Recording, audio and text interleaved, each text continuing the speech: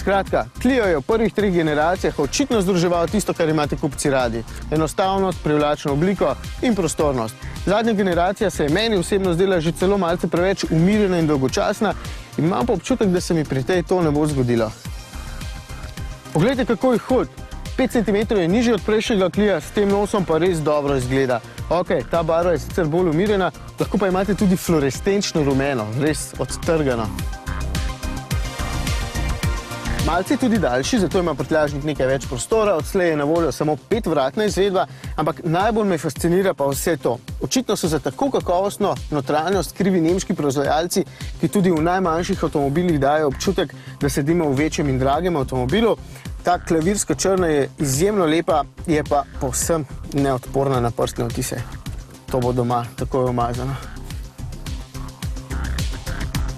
Namenoma sem vzel motor, ki je nov v ponudbi in ima oznako TCE 90. Torej, bencinski motor s 3 valji, turbino in 66 kW.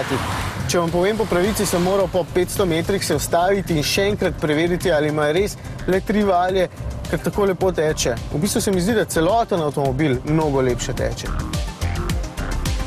Clio je v tej novi generaciji okrog 100 kg lažji, kar se kar pozna, tale tehta samo dobro tono. Tudi krmilni mehanizem je bolj direkten in električni servo bolje uravnotežen, kar je sploh super. Volan pa je nastavljiv pri vseh izvedbah, tudi po globini, zato sem brez težav našel ustrezen položaj. Prav lepo se pelje, skoraj tako kot Fiesta, takole na prvo žogo.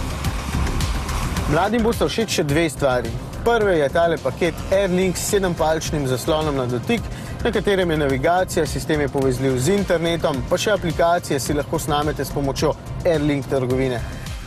Druga stvar pa so številni dodatki, s katerimi bo vaš Clio poseben. Različne barve notranjosti in različni dodatki zunanjosti, kot jih ima tale črni Clio. Na ta način bodo avtomobili vsaj okusno poosebljeni in ne tako kot sedaj, ko sem ter tja vidim koga, ki je iz avtomobila naredil spako.